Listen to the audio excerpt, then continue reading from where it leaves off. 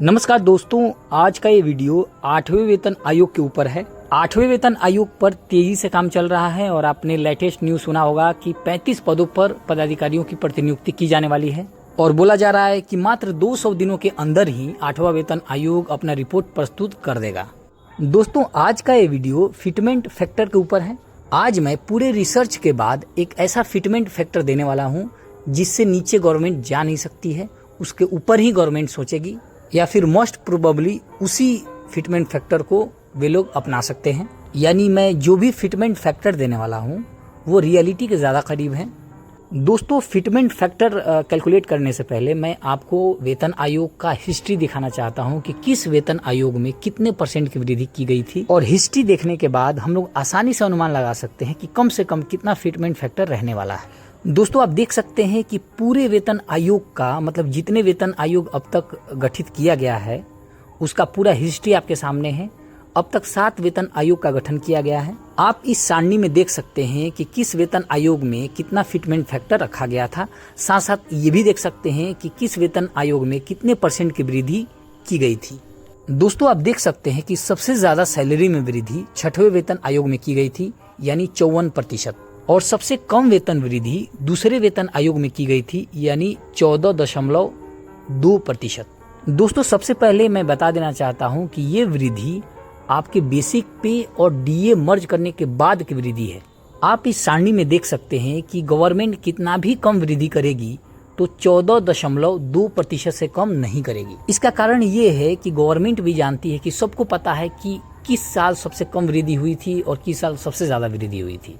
तो अगर हम सबसे निचले स्तर की वृद्धि से भी कम इस बार 8वें वेतन आयोग में करते हैं तो लोग बवाल मचा देंगे। तो इसलिए मेरा ये मानना है कि 14.2% से कम वृद्धि नहीं होगी, इससे ज़्यादा हो सकती है। तो मेरा फिटमेंट फैक्टर भी इसी आधार पर रहने वाला है कि कम से कम कितना फिटमेंट फैक्टर रहेगा। उससे कम तो नहीं होगा जो मैं बताऊंगा, उससे ज़्यादा भले हो जाए। तो चलिए दोस्तों, मैं फिटमेंट फैक्टर कैलकुलेट करके दिखाता हूँ आपके सामने। दोस्तों, आपको पता ही है कि फिटमेंट फैक्टर डीए पे डिपेंड करता है। डीए अभी 55% चल रहा है और मेरा अनुमान है कि 1 जनवरी 2026 तक डीए लगभग 60% होने वाला है। मतलब 61 भी हो सकता है, लेकिन कम से कम 60 लेकर ही चलते हैं। दोस्तों, फिटमेंट फैक्टर के कैलकुलेशन में बेसिक पे को 100% माना जाता है और मान लीजिए डीए 60% हुआ है, यानी टोटल होगा 100 + 60 यानी 160%। और 160% को हम 1.60 भी बोल सकते हैं।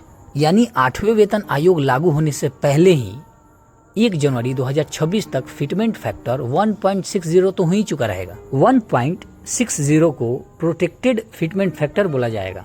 तो 1.60 तो रहेगा ही, लेकिन मेन बात तो ये है कि गवर्नमेंट उसके बाद कितनी वृद्धि करती है। तो मान लीजिए कि गवर्नमेंट कम से कम 14.2% की वृद्धि करती है, कम से कम की बात मैं कर रहा हूँ। तो कितना होगा फिटमेंट फैक्टर? तो अगर 1.60 में 14.2% की वृद्धि करते हैं तो 1.8272 आएगा, जिसे हम लगभग 1.83 बोल सकते हैं।